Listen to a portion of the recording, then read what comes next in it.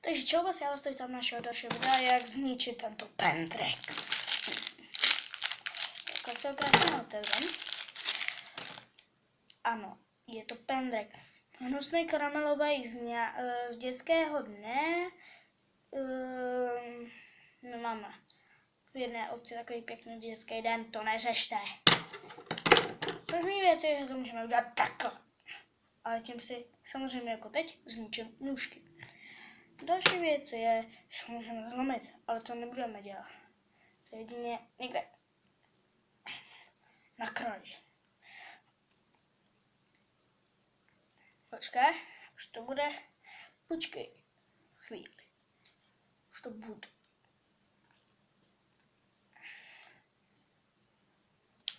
A je to. Ale takhle ho vlastně nezdemolujeme.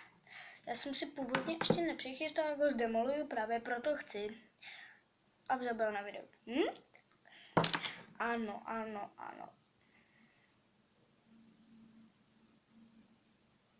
Vlastně takhle ho zdemoluju, ale takhle asi ne. Ale koukám, co tady máme. To je dobrý nápad. Kdybych ho postupně takhle odstřával, asi bych ho úplně zničil. A nebo tady je toto ořezátko. A kdybych postupně furt dělal tohle, tak by se také dlouho nevydrželo.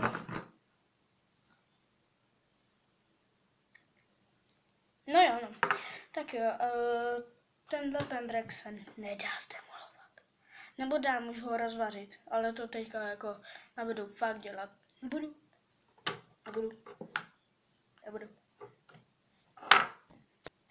Vlastně vůbec nebudu. No jo, no. A mám nápad.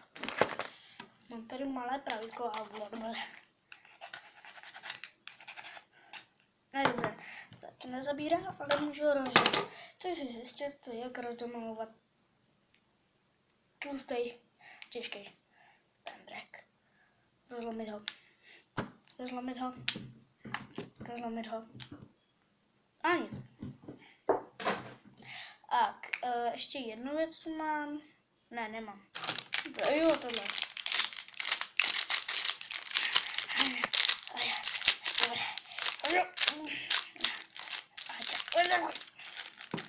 Dneska je to krátký vlog.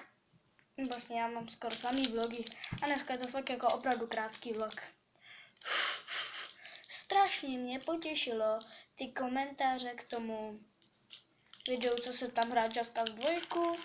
A to mě hrozně potěšilo, že jsem tam měl fakt jako asi 5 komentářů nebo kolik.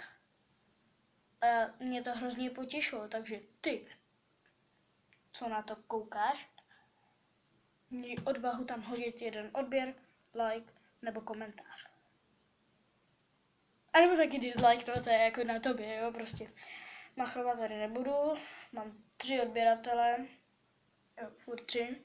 To mám na počítači tu webovou stránku na ty odběry.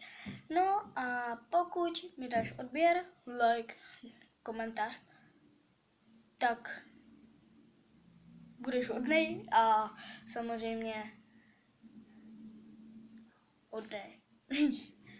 A pak se nic nestane.